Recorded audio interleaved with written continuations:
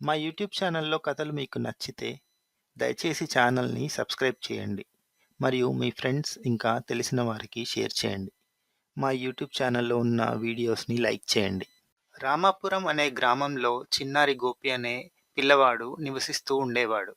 అతనికి పూలు, చెట్లు మరియు పక్షులు అంటే చాలా ఇష్టం.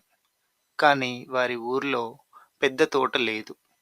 ఒకరోజు గురువుగారు పిల్లలకు చెట్లు నాటాలని చెప్పారు. గోపి తన స్నేహితులతో కలిసి ఒక ఖాళీ ప్రదేశంలో చిన్న చిన్న మొక్కలు నాటాడు. ప్రతిరోజు వాటికి నీళ్లు పోస్తూ ఎండలో ఎండిపోకుండా చూసుకునేవాడు. కొన్ని నెలల తర్వాత అక్కడ చిన్న పూల తోట తయారైంది. ఆ తోట దగ్గరికి పక్షులు కూడా రావటం ప్రారంభించాయి. రంగురంగుల సీతాకోక చిలుకలు ఆడుకోవటం కనిపించాయి.